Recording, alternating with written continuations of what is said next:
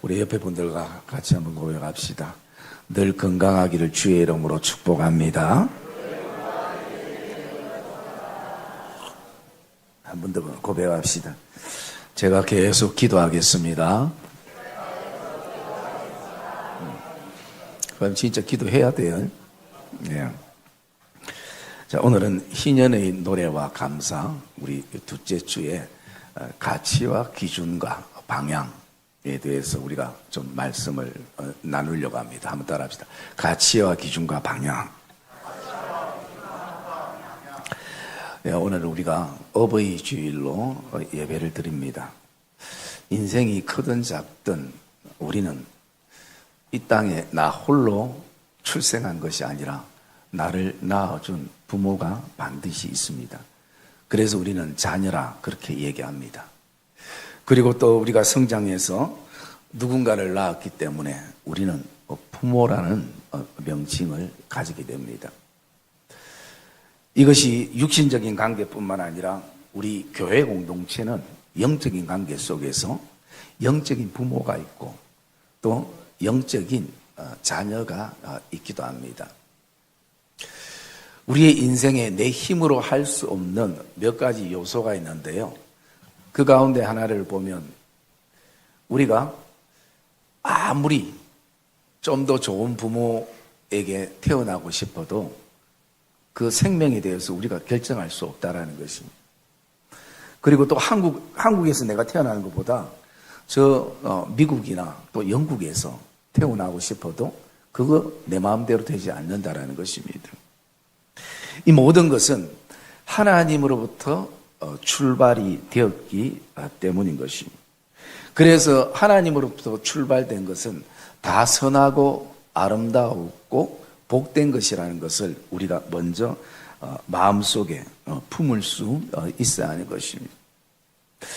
그래서 우리가 가정이나 교회 안에 정말 감사의 노래가 있고 감사의 기쁨이 있기 위해서는 이 세 가지를 우리가 좀 가슴에 품고 출발하는 5월이 되었으면 좋겠다라는 마음으로 이 말씀을 함께 묵상을 하려고 합니다.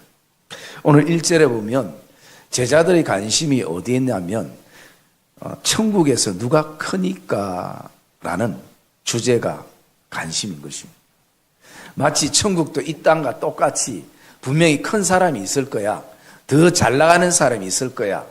더 큰 사람이 있을 거야 라는 이 생각을 마음에 품었습니다. 여러분, 이 질문을 바라볼 때에 우리 예수 믿는 사람들이 생각할 때 이런 질문은 세상 사람들이나 하는 질문이지 어떻게 예수 믿는 사람들이 이런 질문을 할까? 특별히 그것도 신앙생활을 얼마 하지 않은 사람이 아니라 예수님의 제자들이 지금 이 질문을 하고 있다는 것입니다. 천국에서는 누가 크니까? 그럴 때에 예수님께서 천국에서 누가 큰지를 말씀해 주고 있습니다. 우리 2절 말씀 한번 읽어볼까요? 2절 말씀 시작. 예수께서 한 어린아이를 불러 그들 가운데 세우시고. 예수님께서 한 어린아이를 불렀습니다. 여러분, 이 한 어린아이는 그 당시의 배경으로 보면요, 사람 취급을 하지 않았습니다. 숫자 카운트에도 넣지 않았다는 거예요. 왜 그런가? 돈이 안 되기 때문인 것이. 여러분, 그 당시만 그렇습니까? 오늘 이 시대의 모습을 보면 우리가 어린아이는 교회에서도 좀 귀찮아합니다. 그리고 또 귀찮아하는 것은 바로 어른들입니다. 연세가 많은 분들. 그런 분들은 왜? 돈 안 되고 돈이 계속 들어가기 때문인 것이. 그래서 여러분, 오늘 예수님께서 천국에 누가 크니까 할 때 이 어린아이를 세운 것은 우리에게 무엇을 말씀하고 있는가? 이 어린아이의 연세 많으신 분들의 가치를 보라는 것을 우리에게 말씀해 주고 있습니다. 여러분, 가정의 구성 요소는, 성도의 구성 요소는 크기가 아니라 가치인 것입니다. 그분의 가치. 우리가 50주년을 맞이하면서도 우리 교회가 크고 작음을 떠나서 우리는 교회의 성도의 가치를 볼 수 있는 시각이 저와 여러분 안에 먼저 있기를 주님의 이름으로 축복합니다. 그것이 우리에게 굉장히 중요한 요소가 되어지는 것입니다. 그러면 우리가 가치를 볼 때, 가치를 인정할 때에 우리에게 있어서 빠지지 않는 요소가 있을 수 있는 것입니다. 가치가 인정될 때 첫 번째 우리가 빠지지 않을 수 있는 것은 실족해 하지 않는다는 것입니다. 여러분 오늘 말씀 우리 6절 말씀 한번 읽어볼까요? 6절 말씀 시작. 누구든지 나를 믿는 이 자 중에 하나를 실족하게 하면 차라리 연자 맷돌이 그 목에 달려서 깊은 바다에 빠뜨려지는 것이 나으니라. 예. 누구든지 이 믿는 자 이 중에 작은 자 중에 하나라도 실족하게 하면 이 작은 자를 업신여긴다면요 반드시 거기에는 실족이 오는 것이에요. 여러분 우리가 큰 것을 다 좋아합니다. 저도 마찬가지고 여러분도 마찬가지고. 그런데 돌아보면 크다는 것도 처음부터 큰 것이 아니라 작은 것에서부터 시작됐습니다. 한 방울 한 방울 물이 옹달샘을 이루고요. 그 옹달샘이 흘러 시내 강을 이루고 그 강이 바다를 이루게 되어지는 것. 그러면 바다가 한 방울 물을 소중히 여기지 못하면 한 방울 물은 의미가 없어지고 실족하게 되는 것입니다. 여러분 교회 생활 속에 혹시 실족 한번 해보신 적 있습니까? 아니면 실족을 시켜본 적이 있습니까? 실족은 굉장히 마음 아프고 힘든 것이 거기에는 이 작은 것에 대한 소중함을 잘 알지 못한 것이 그것은 가치를 인정하지 않은 것. 우리가 가치를 인정하면 부모의 가치를 인정하고 자녀의 가치를 인정하면 거기에는 실족하는 일이 덜 생길 수 있다는 것을 말씀해 주고 있는 것입니다. 두 번째 우리가 가치를 인정하게 되면요 업신여김이 사라집니다. 여러분 말씀 10절 말씀 읽읍시다. 10절 말씀 시작. 이 작은 자 중에 하나도 업신여기지 말라. 너에게 말하노니 그들의 천사들이 하늘에서 하늘에 계신 내 아버지의 얼굴을 항상 배우느니라. 네. 여러분 이 작은 자 중에 하나도 업신여기지 말라. 우리가 가치를 인정하면요 업신여기지 않습니다. 이 업신여기면 다른 말로 무시하는 걸 말하고 있습니다. 여러분 자녀가 머리가 굵어질수록 부모를 무시하기 굉장히 쉽습니다. 자기 혼자 큰 것처럼. 여러분 어른들이 제일 가슴 아픈 거는요 무시당하는 것입니다. 무시당한다는 건 뭘 얘기합니까? 자기의 존재를 생각해 주지 않는 것이 가치를 인정해 주지 않는 것입니다. 그래서 우리가 가치를 인정하면 그 가치 속에는 업신여김이 사라집니다. 무시함이 사라진다는 것입니다. 여러분 우리는 오늘도 하나님을 아버지라고 그렇게 부릅니다. 구약에는 아버지라고 부를 수가 없었습니다. 야훼, 여호와 이런 호칭을 썼습니다. 그러나 예수 그리스도의 십자가의 은혜로 우리는 하나님 아버지라 그렇게 부르고 있습니다. 그것은 예수 그리스도의 십자가를 통해서 이 작은 나의 가치를 하나님이 인정해 주시고 있는 것입니다. 하나님이 내 형편과 처지와 상태에 따라서 업신여기는 것이 아니라 어떤 상황 속에서도 우리를 무시하지 않는 아버지의 모습을 우리가 볼 수가 있는 것입니다. 여러분 이 땅에 많은 종교가 있는데 그 종교 가운데 신을 아버지라고 부르는 종교가 어디에 있습니까? 없는 것이에요. 오직 성경만이 오직 하나님의 말씀만이 우리가 하나님 앞에 기도할 때 아버지라는 것입니다.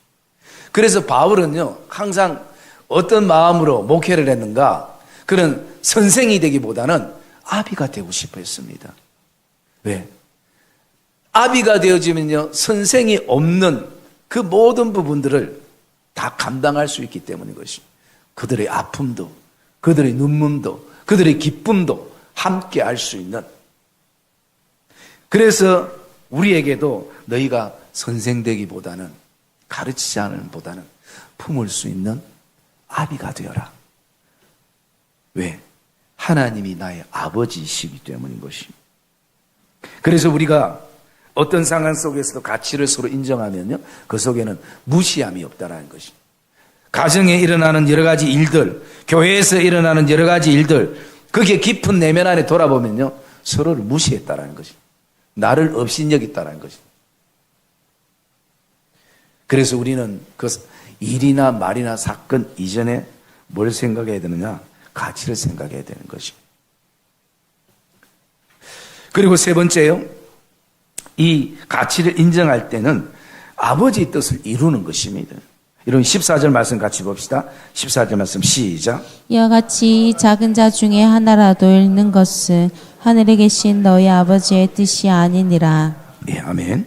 이와 같이 이 작은 자 중 하나라도 잃는 것은 하나님에 계신 너희 아버지의 뜻이 아니라 라고 말씀합니다. 그래서 우리가 작은 것의 가치를, 존재를 인정할 때요, 이것은 아버지의 뜻이고 아버지의 뜻을 이룬다라는 것이. 여러분, 오늘 저와 여러분 안에, 우리 믿음의 공동체 안에 인생이 크든 작든 크기를 보는 것이 아니라 다시 한번 가치를 보기를 주의 이름으로 축복합니다. 여러분, 이 가치는 우리 사람에 대한, 존재에 대한 가치죠.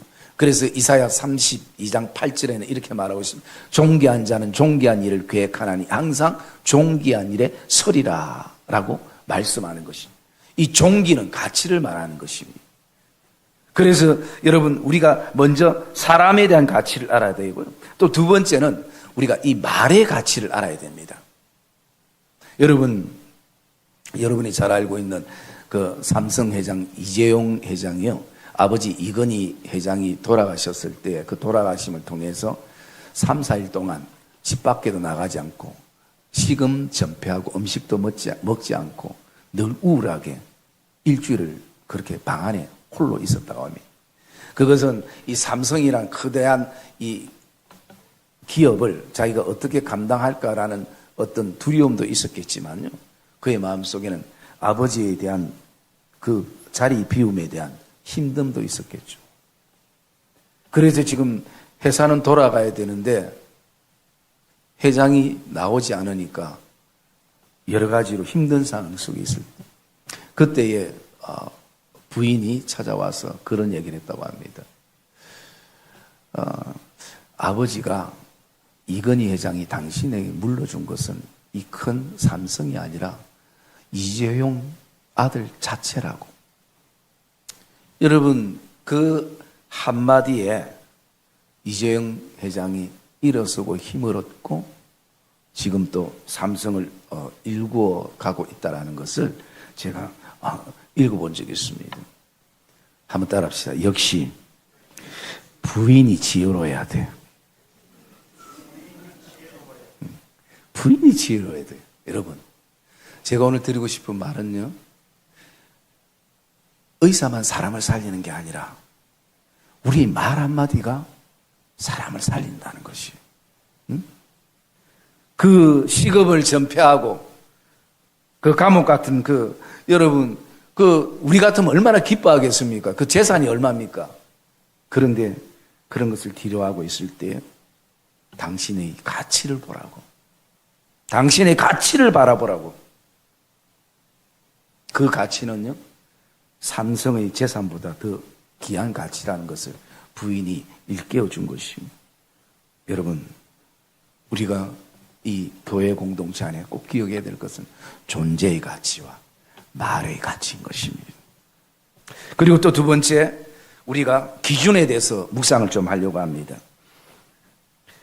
오늘 2절 말씀 다시 읽읍시다. 시작.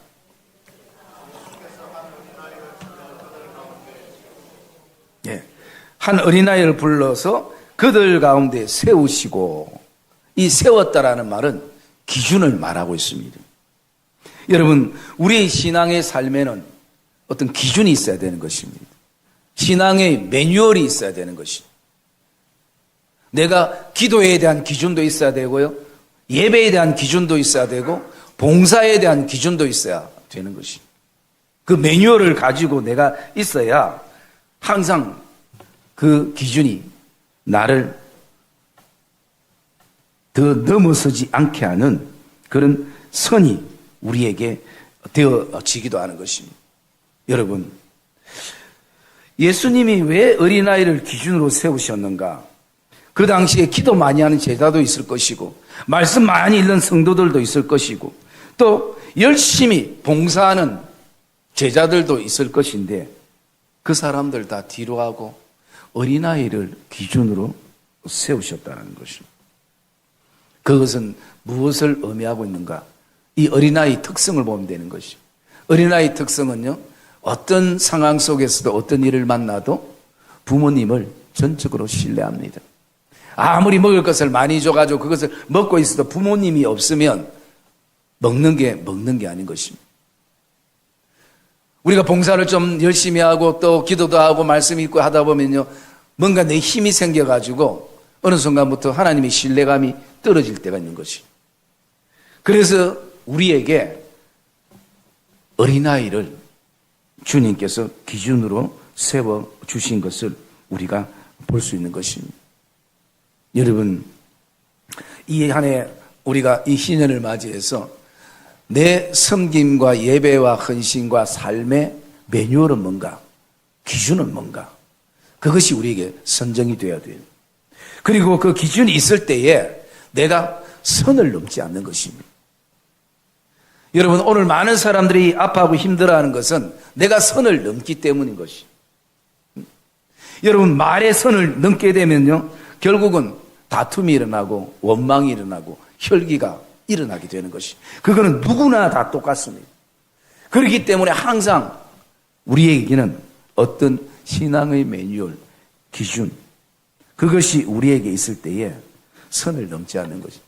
여러분, 친구들하고 이렇게 얘기하거나 할 때도 한 번씩 좀 과한 사람에게 뭐라고 얘기합니까? 또 선 넘는다. 선 넘지 마라. 뭐 이런 멘트를 우리가 할 때가 있지 않아요?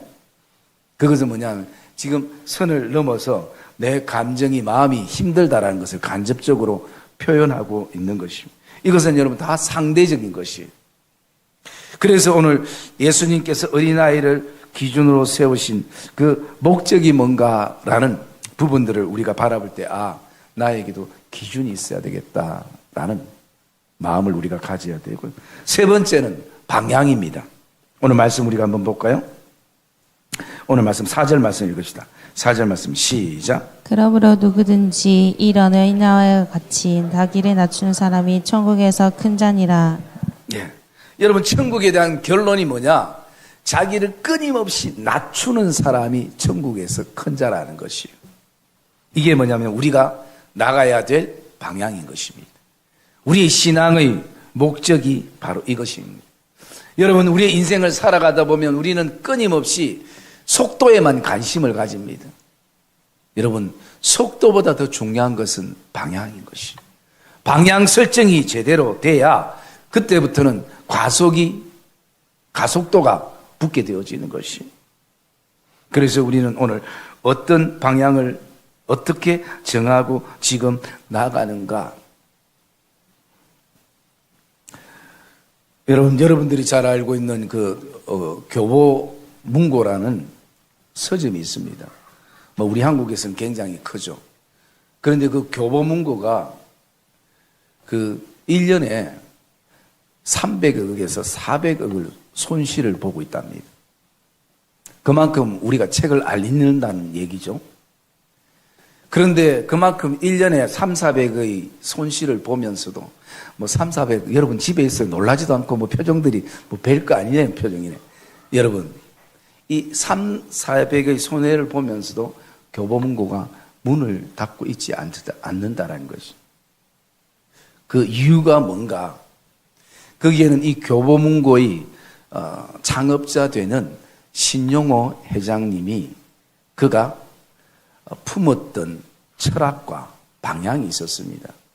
그게 뭐냐면요, 유명한 말이기도 한데, 사람은 책을 만들고 책은 사람을 만든다 라는 이 슬로건을 가지고 우리 모든 국민들이 책을 읽었으면 좋겠다라는 거기에 취지에서부터 출발이 됐습니다. 그래서 제가 그 문구를 보면서 제가 이렇게 좀 바꿔봤습니다. 성도는 교회를 만들고 교회는 성도를 만든다. 여러분 좀 인터넷 좀 퍼져줘요. 저도 좀 유명해 좀 집시다. 왜 내가 하는 말은 유명해지지 않는지 이유를 모르겠네요. 그건 다 여러분이 잘못이에요. 안전했기 때문에. 자, 우리 옆에 분들하고 한번 고백합시다. 성도는 교회를 만들고 교회는 성도를 만든다.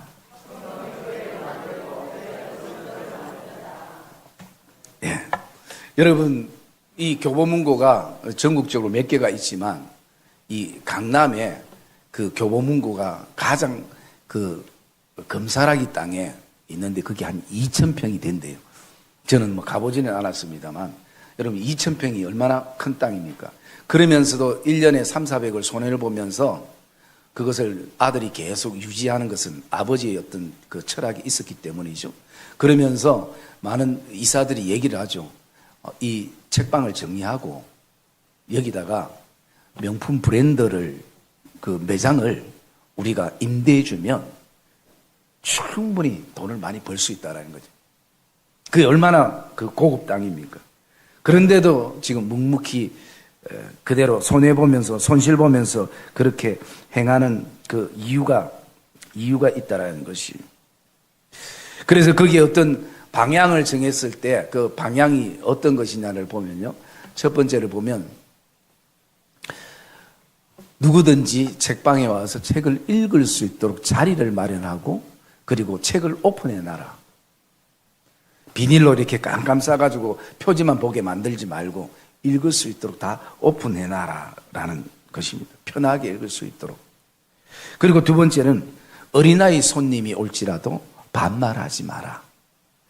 그리고 세 번째는 책을 읽다가 좋은 대목이 있어서 그 노트에 뺏겼어도 간섭하지 마라. 그리고 네 번째로는요, 책을 읽다가 안 사고 가도 눈치를 주지 마라.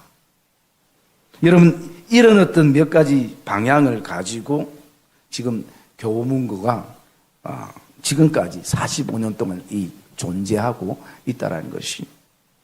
여러분, 이 몇 가지 방향이 오늘 우리 교회와 우리의 신앙과 삶에 좀 필요하지 않습니까?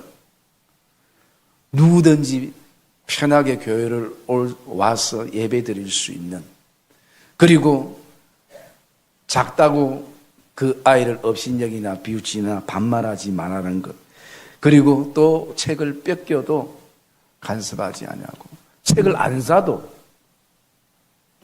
헌금을 안 해도 눈치 주지 않고. 그래서 여러분 오늘 우리에게 이 방향이라는 거 굉장히 중요하구나. 우리는 끊임없이 왜 내 인생은 속도가 나지 않을까? 저 옆집은 저렇게 속도 내서 올라가는데 나는 왜 그럴까? 여러분, 인생의 자동차에는 세 가지 기능이 있습니다. 첫째는 엑셀이 있고요. 두 번째는 브레이크가 있고, 세 번째는 후진 기아가 있습니다. 여러분, 엑셀만 중요한 것이 아니라 때로는 위험하고 멈춰야 될 때는 브레이크를 밟아야 되는 것이. 그리고 더 나아가서 때로는 지금까지 온 길이 아깝지만 이 방향이 아니면 후진해서라도 다시 돌아와야 되는 것이.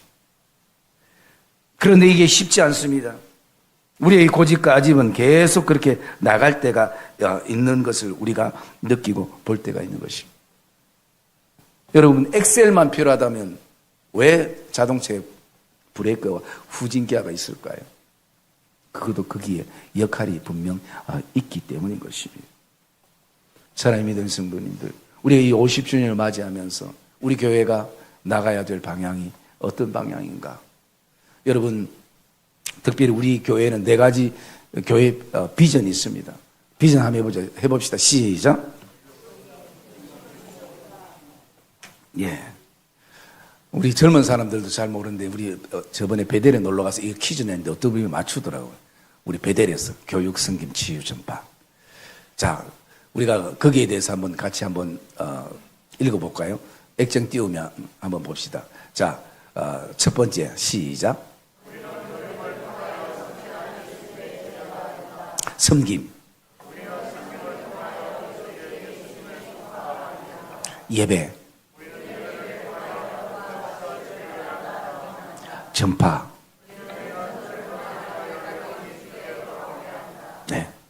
이게 우리가 늘 품고 나가야 될 교회의 철학이고 목적이고 또 비전이고 방향이 되어지는 것입니다.